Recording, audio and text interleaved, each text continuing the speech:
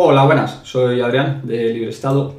Hoy, quería comentar con vosotros el tema de los apátridas, de los turistas perpetuos, que, pues de vez en cuando nos llega alguna pregunta o oímos algún comentario al respecto. Y, uno de ellos es, hace poco nos escribía un cliente,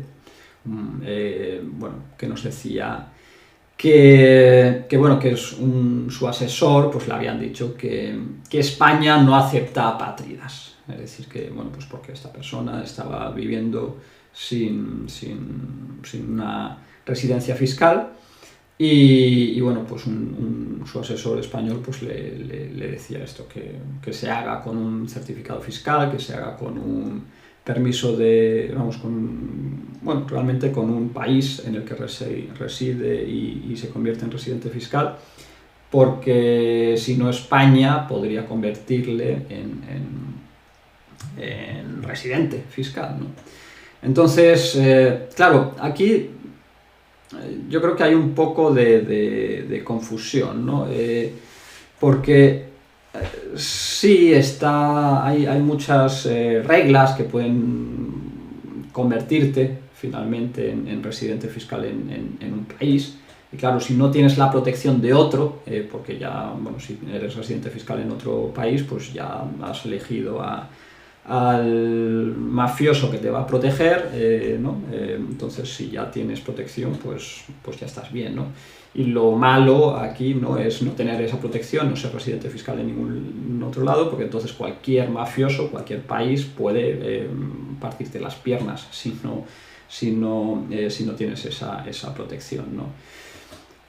Entonces, sí, yo puedo entender que gente piensa esto, pero a ver, al final, y sobre todo si estamos hablando de un país que al final se rige según ciertas leyes, ciertas normas, donde también hay abogados, hay jueces, hay leyes, ¿no? Aunque no sea perfecto el sistema, pues sí que tienes cierta protección, es decir, sí que no estás totalmente expuesto a lo que el funcionario de Hacienda quiera hacer contigo, ¿vale? Y esto significa, primero, España no acepta apátridas, no les gusta a lo mejor a los funcionarios, ¿no? De Hacienda, o a los políticos o a los gobernantes, porque querrían que todo el mundo pague impuestos en España. Pero existen ciertas reglas de juego, reglas internacionales, nacionales, y no está realmente dentro de la capacidad de un país concreto, en este caso de España, el aceptar o no aceptar que existan apátridas, ¿vale? O que exista gente que no pague impuestos en ningún lugar.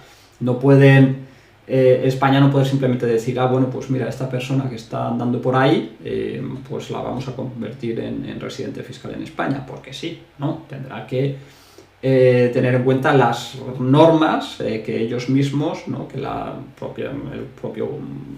legislación pues ha creado, ¿no? ¿Qué normas son estas? Pues no existe ninguna ley que diga que todo español que no tenga una residencia fiscal es residente fiscal español.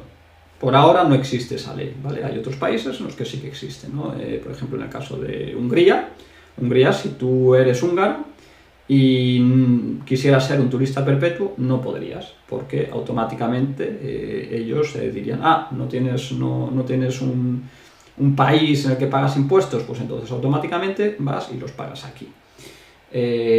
Estados Unidos también, Eritrea, hay países en los que, por ejemplo, por un tema de ciudadanía, automáticamente te conviertes en residente fiscal.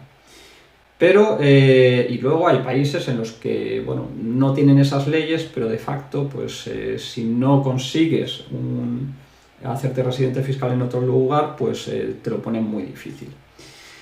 España, en principio, no tiene ninguna de estas características, ¿vale? Es decir, que sí es verdad que para dejar de ser residente fiscal, pues te piden pruebas de que te has ido del país, y estas pruebas, pues muchas veces, si no si no consigues un certificado fiscal, es decir, si no llegas a convertirte en residente fiscal en otro país, pues pueden ser difícil de conseguir. Pero la verdad es que en la práctica normalmente ni siquiera necesitas ese certificado fiscal del que tantos asesores hablan, ¿no? Porque la Hacienda directamente, pues si les envías pruebas de que te has dado de alta en un ayuntamiento en el otro país, o de que, bueno, pruebas oficiales, claro, de que estás en ese otro país, muchas veces ya solamente con eso pues rellenas tu 030, el formulario el modelo con el que informas de tu nueva dirección, y ellos lo aceptan y ya está.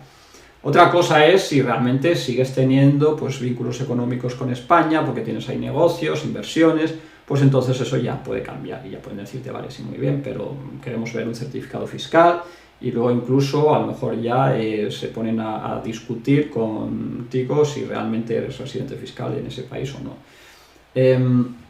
Pero en el caso normal, ¿no?, de una persona que, bueno, ya se ha dado de baja en España, que está viajando como turista perpetua por el mundo, no pasa los 183 días o más ni en España ni en otros países, esta persona, España no puede convertirla así sin más en residente fiscal. Tendría primero que tener en cuenta sus propias leyes, normas, para poder hacerlo. ¿Y qué normas tiene ahí a su disposición?